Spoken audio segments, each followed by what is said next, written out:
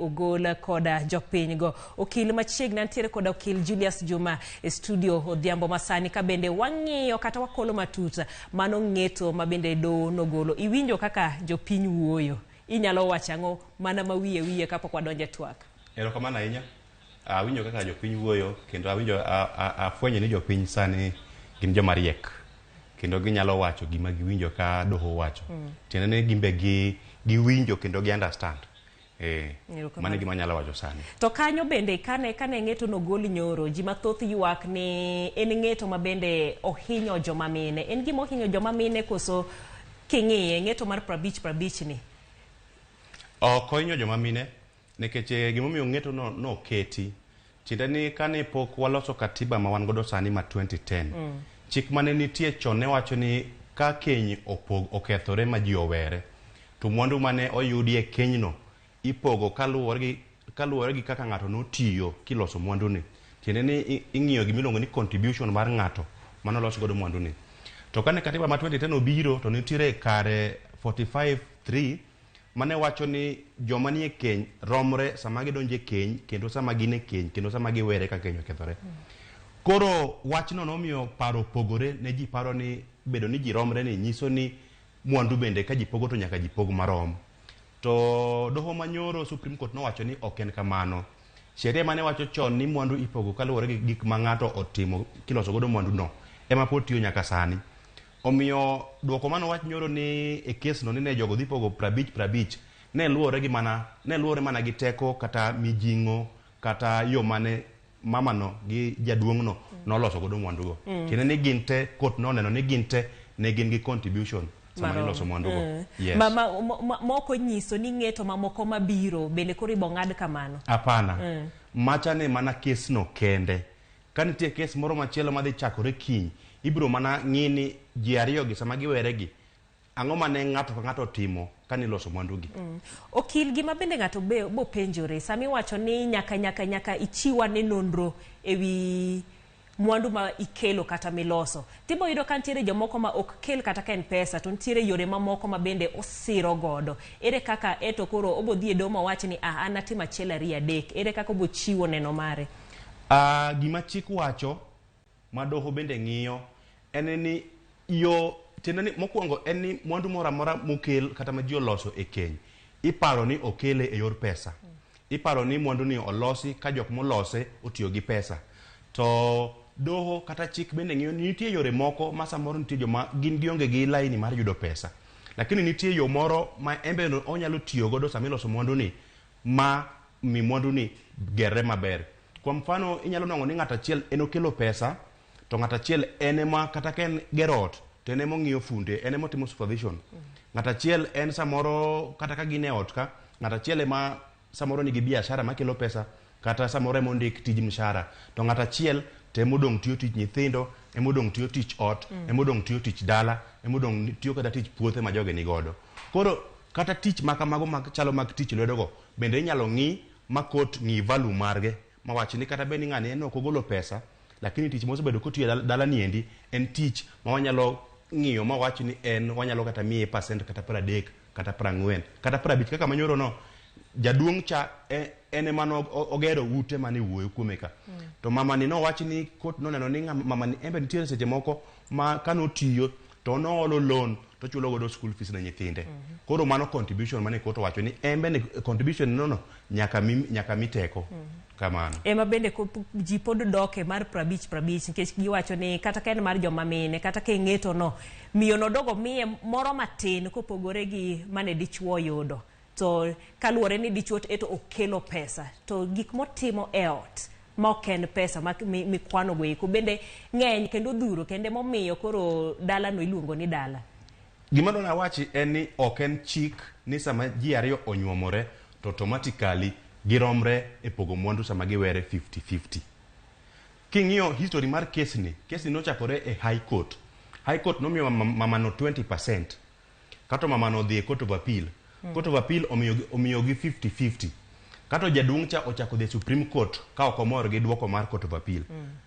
Supreme Court odhi oyie gi Court of Appeal owacho ni gino bed 50-50 nikech contribution ma mama ni no make Supreme Court nong'iyo mowacho ni bende en contribution man gi teko ma ok koro wanyal ng'iyo ni jaduong' ni nokelo pesa kende to mamani tich motiyo. And then gima be onego wachak wang'e kesni ni magi gik manotimore chon, magi udi manoger higni 90.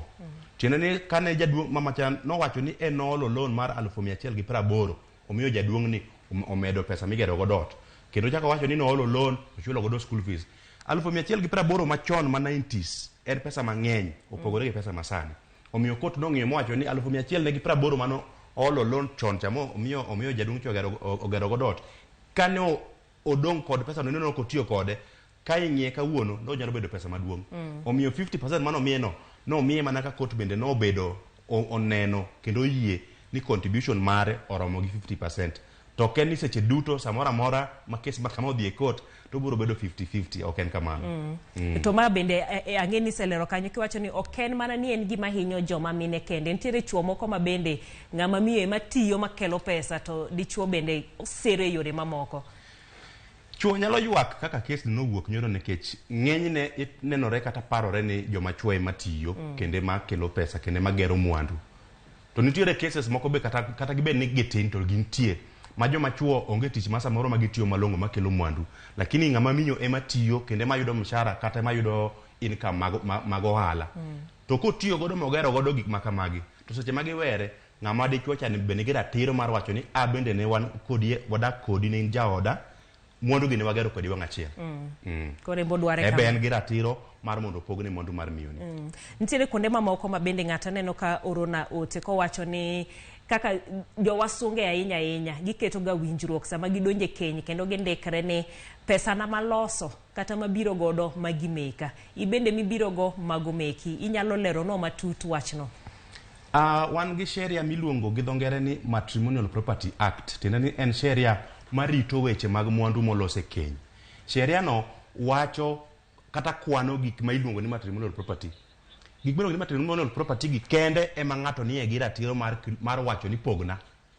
To gik moko luongo ni matrimonial property sheria no ng'ato onge gi ratiro mar wacho ni pogna.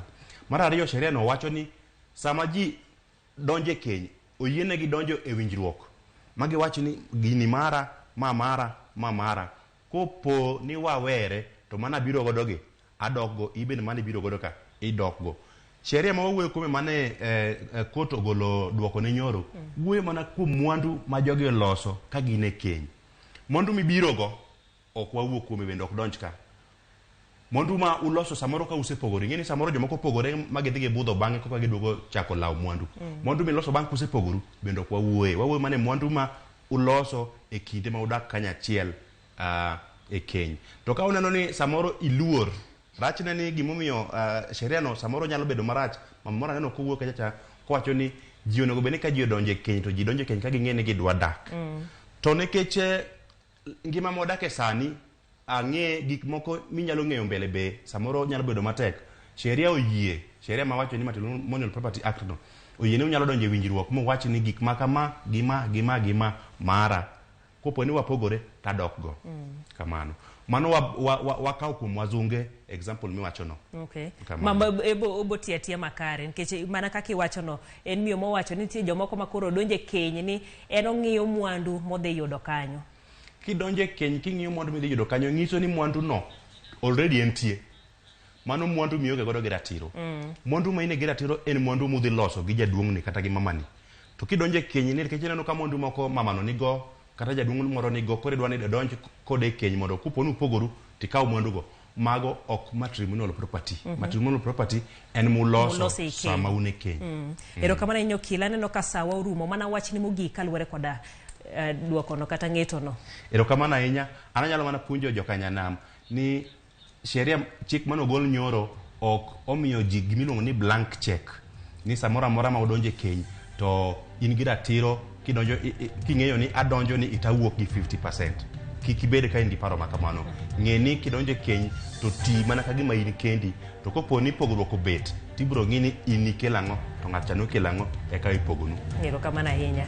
Erokamano ahinya mana kanyero Julius Juma mabende lero no matuta wachno ero mano mar ng'eto mado kaluwore koda pogo mwandu mag keny. Kik idhi mabor pod waduogo gi mathoth.